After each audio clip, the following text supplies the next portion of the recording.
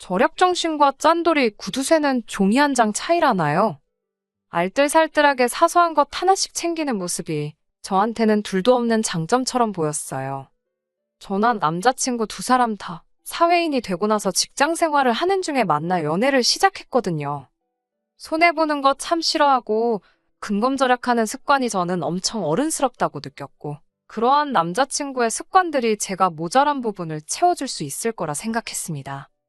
연애를 4년 가까이 했는데 아직 콩깍지가 남아있었나 봐요. 결혼은 현실이라는 말이 뼈에 사무치게 와닿는 상황이네요. 남자친구 입장에서는 결혼 승낙을 한 제가 다 잡은 물고기라는 생각이 들었나 봐요. 연애하는 동안 남자친구는 이것저것 따져가고 계산해가면서 항상 합리적인 소비를 추구해왔어요. 그렇다고 해서 실제로 저한테 돈 쓰는 걸 아까워한다거나 푼돈 얼마 때문에 싸우고 소심하게 나오는 구석이 없었습니다. 적어도 그동안에는 쓸 때는 쓰고 아낄 때는 확실하게 아끼는 사람이었지요. 그리고 4년이라는 긴 시간을 해오면서 봐왔던 모습에 남자친구가 제게 청혼을 해왔을 때 그렇게 하겠다 승낙을 하게 되었고요. 남자친구가 나이가 저보다 2살이 많습니다. 하지만 취직한 연도는 똑같았어요. 남자는 군대가 걸려있으니 2년 취직 늦은 게 흠잡을 이유라는 생각이 들지는 않았습니다. 두 사람 다 다니는 회사가 비슷비슷한 수준이고 직접적으로 말해준 적은 없지만 연봉 또한 비슷하게 받는 듯 싶었지요. 결혼 이야기가 처음 오고 가기 시작했을 때 저는 당연히 남자친구나 저나 모아놓은 돈의 액수가 비슷할 거라 생각했어요. 5년 직장 생활에서 5천을 모았으면 솔직히 사회초년생이 이 정도면 돈 낭비하지 않고 잘 모은 거라고 생각했거든요. 그런데 남자친구는 제 2배가 되는 액수인 1억을 모았더라고요. 데이트하면서 뭐 비싼 선물 받아보거나 좋은데 여행 가본 적은 없지만 서로 비슷하게 지출을 했는데도 그 정도를 모은 걸 보니 참 대단하다 싶었습니다. 남자친구나 저나 둘 다 부모님으로부터 독립해서 나와 서로의 직장 근처에서 자취를 하고 있었는데 저와 비슷한 월급을 받던 남자친구에게 어떻게 그 정도 돈을 모았냐고 물어보니 정말 가관이더군요. 집에서 관리비 아낀다고 냉난방 안 쓰는 건 물론이고 샤워도 찬물로 했다더라고요. 알뜰폰 무제한 요금제를 들어서 인터넷도 집에 따로 설치하지 않았고요. 전기세 아끼겠다고 핸드폰 같은 전자기기 충전도 전부 회사에 가서 했다 하고 밥도 대부분을 회사 식당에서 해결했대요. 집에서 밥을 먹어야 할 때는 고구마 한 상자 사놓고 고구마만 먹었다고 하더라고요. 심지어 그 고구마도 회사 탕비실에 있는 전자레인지로 쪄오고 집에서는 정말 잠자는 것 외에는 아무것도 안 했다고 하는 겁니다. 알뜰살뜰한 건 알았는데 그 정도까지 한다니 조금 걱정이 되기는 했어요. 검소하고 근검절약하는 습관이 장점이고 그것 때문에 결혼을 결심했기는 하지만 그렇다고 해서 저까지 그렇게 살고 싶은 생각은 없었거든요. 아무튼 그렇게 해서 남자친구가 저보다 모아놓은 돈이 훨씬 많기는 했습니다. 결혼은 요즘 추세가 다들 반반을 하잖아요. 남자친구가 이것저것 따지는 성격이긴 하지만 그것 때문에 결혼할 때 금액을 똑같이 해오려고 생각했던 건 아닙니다. 이미 결혼 이야기 나오고 나서 서로 얼마를 모았는지 이야기를 했을 때도 남자친구는 특별히 제가 모아놓은 돈이 적다는 걸 이유로 아무 말도 꺼내지 않았었거든요. 그리고 결혼 승낙을 받으러 우리 집에 처음 갔을 때 저희 부모님이 저희에게 먼저 힘닿는 데까지 도와주신다고 이야기를 꺼낸 것도 있었어요. 제가 외동이기도 하고 저희 부모님이 노후 준비도 끝나 있고 다른 집에 비해 사실 여유가 조금 있는 편이기도 하거든요. 그래서 딱 남자친구가 모아놓은 금액에 맞추기 위해서 저희 부모님한테 5천 정도를 지원받을 생각을 가지고 있었습니다. 그런데 남자친구에게 그렇게 하겠다는 이야기를 꺼냈는데 남자친구가 너 그렇게 계산적인 여자라고 생각한 적 없는데 왜 그러냐며 화를 내더라고요. 난데없이 왜 화를 내느냐 물었더니 남자친구는 그러면 둘이 모아봐야 2억 아니겠냐며 사실 그 돈으로 서울에 빌라 전세 구하는 것 말고는 할 수 있는 게 없는 거 모르냐 하더군요. 요즘 대출금리가 어쩌고 저쩌고 서울에 아파트가 얼마고 모자란 돈을 대출받으면 그러면 한 달에 이자가 얼마, 우리 월급에 생활비 내고 대출이자 내고 얼마가 남고, 그러면 한 달 공과금에 대출이자 생활비까지 내고 나면 우리 수중에 얼마밖에 안 떨어진다. 이 계산을 하고 있는 겁니다. 그러더니 하는 말이 여유 있는 부모님 가진 것도 능력이라고 하면서 분명히 우리 결혼 승낙 받으러 갔을 때 물심양 면적으로 아끼지 않고 도와주신다고 했는데 뭐하러 힘든 길을 가려고 하냐며 집 할 때 모자란 돈. 그러니까 저희가 대출을 받아야 하는 만큼을 지원을 받아오면 좋겠다는 겁니다. 그래서 남자친구한테 예비 시부모님들은 얼마를 더 지원을 해주시는 거냐 물었지요. 그런데 남자친구는 그 말에 어이가 없게도 지금 자기 부모님이 왜 나오냐면서 어차피 지금 모아놓은 돈이 자기가 더 많지 않냐고 따지더군요. 자기 부모님들은 노후가 아직 안 돼 있어서 괜히 도움받아봐야 나중에 생활비다 용돈이다 달라고 하면 괜히 거절도 못할 거라고 배보다 배꼽이 더 클 테니 차라리 지원을 안 받는 게 좋다고 하더라고요. 무슨 말을 하고 싶은지는 대충 이해가 갔지만 아무리 저희 부모님이 여유가 있다고 해도 이게 경우는 조금 아니지 않나 싶기도 했습니다. 그런데 다행스럽게도 저희 부모님께서 흔쾌히 집을 해주시겠다고 이야기를 해오셨지요. 안 그래도 저희 외삼촌이 가지고 있는 아파트가 하나 있는데 요즘 집값도 내려가고 있고 급전도 필요하고 해서 정리 중인 게 있다면서 그 집을 아예 얻어주시겠다 하시더라고요. 저희 모은 돈으로 실내도 싹 다 갈아엎고 그러면 신혼부부 살기에는 모자랄 것 없을 거라고. 그리고 저희가 모아놓은 돈을 가지고는 차를 사도 되고 훗날을 도모하기 위해 저금으로 가지고 있어도 되지 않겠냐고 하더라고요. 몸둘바를 모를 정도로 감사했습니다. 여기까지는 정말 수월하게 지나갔어요. 비록 예비시댁에서는 돈 한 푼 지원받지 못하는 상황에서 저희 집에서 집을 해주는 거나 마찬가지인 상황이 되었지만 말입니다. 저희 부모님이 노후 준비가 다 되어 있는 상황이기는 했지만 그래도 다른 것도 아니고 집을 해주셨는데 다른 건 몰라도 저희가 어느 정도 자리가 잡히게 되고 부모님께서 완전히 은퇴를 하게 된다면 그때 가서 매달 용돈을 드리고 싶은 생각이 들었습니다. 노후 준비가 되어 있다고 하더라도 돈을 곳간에 쌓아놓고 필요할 때마다 꺼내 쓰시는 분들도 아니셨고 큰 지출을 하시게 되는 만큼 분명히 노후 대책에도 어느 정도 영향이 있을 거라는 생각이 들었어요. 그래서 이 정도 도움을 받았는데 조금이나마 제가 해드릴 수 있는 건 해주고 싶은 마음이 있었지요. 그런데 막상 남자친구는 집을 해주신다는 말을 들었을 땐 뛸 듯이 기뻐했으면서 용돈을 드리고 싶다는 제 말에는 인상부터 팍 쓰더군요. 남자친구가 했던 말 중에 예비시댁에서 도움받으면 생활비다 용돈이다 달라고 하면 줘야 하지 않느냐고 하지 않았냐고 따졌지요. 그랬더니 남자친구가 자기 뜻은 안 바꿔 안 준다는 거지. 받게 되면 뭘 하겠다고 했던 말이 아니랍니다. 그렇다고 예비시댁에서 돈 한 푼도 안 받았다고 해서 저희 부모님한테만 주고 남자친구 부모님한테는 안 주겠다 하는 것도 아니었거든요. 당연히 양가 어른들이 더 이상 경제적인 활동을 할 수 없는 상황이 되면 자식들인 우리가 해야 하는 건 당연한 부분이 아니냐고요. 생활비랑 용돈을 드리는 건 양가 어른들이 은퇴한 뒤의 이야기라고.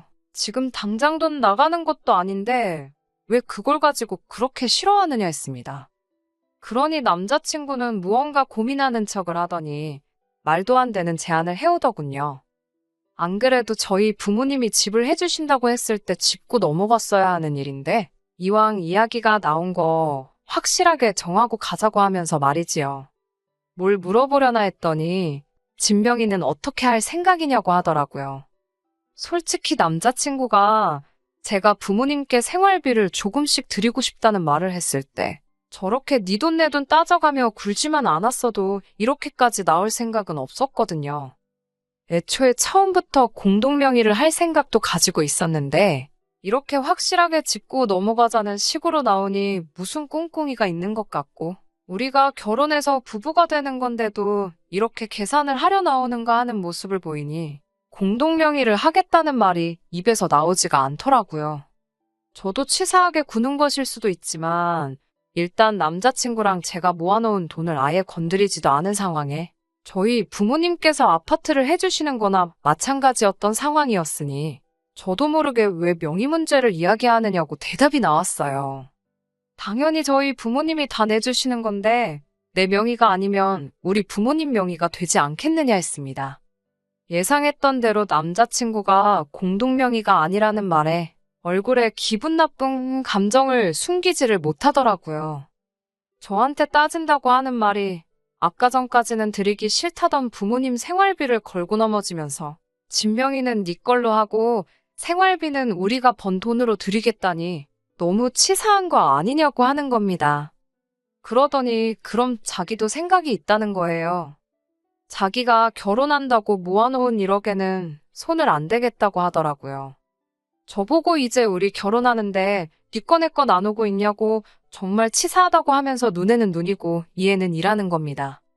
자기도 저랑 결혼을 준비하는 남자이기 이전에 부모님 자식이라고 효도하고 싶지 않은 자식이 세상에 어디 있겠냐면서 저랑 결혼은 하되 여태 모아놓은 돈은 부모님 드리겠다고 선언을 하는 겁니다. 어차피 집 명의도 제 걸로 할 텐데 우리 재산을 합치는데 무슨 의미가 있냐고 하더라고요. 그러면서 그냥 결혼은 하고 각자 수입도 알아서 관리하자고 하더라고요.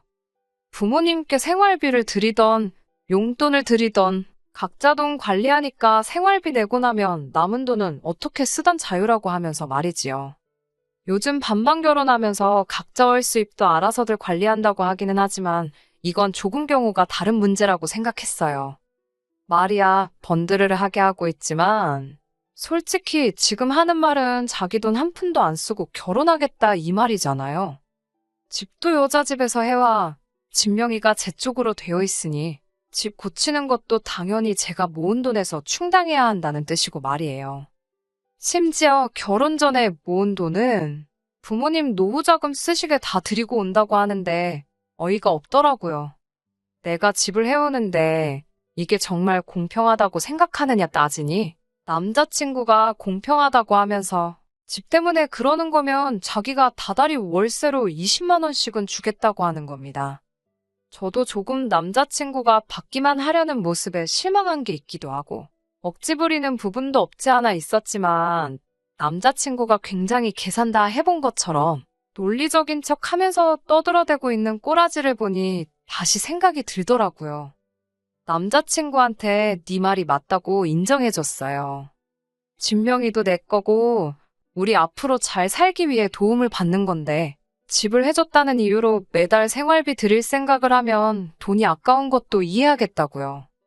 그리고 각자 자기 부모님한테 잘하고 싶은 마음은 똑같은 거고 그것도 이해한다고요. 그래서 모은 돈도 부모님 다 주던지 말던지 알아서 하라고 했어요. 자식이 부모한테 잘하겠다는데 나부터 그러자고 했는데 그걸 아니라고 할 수는 없는 노릇이라고요.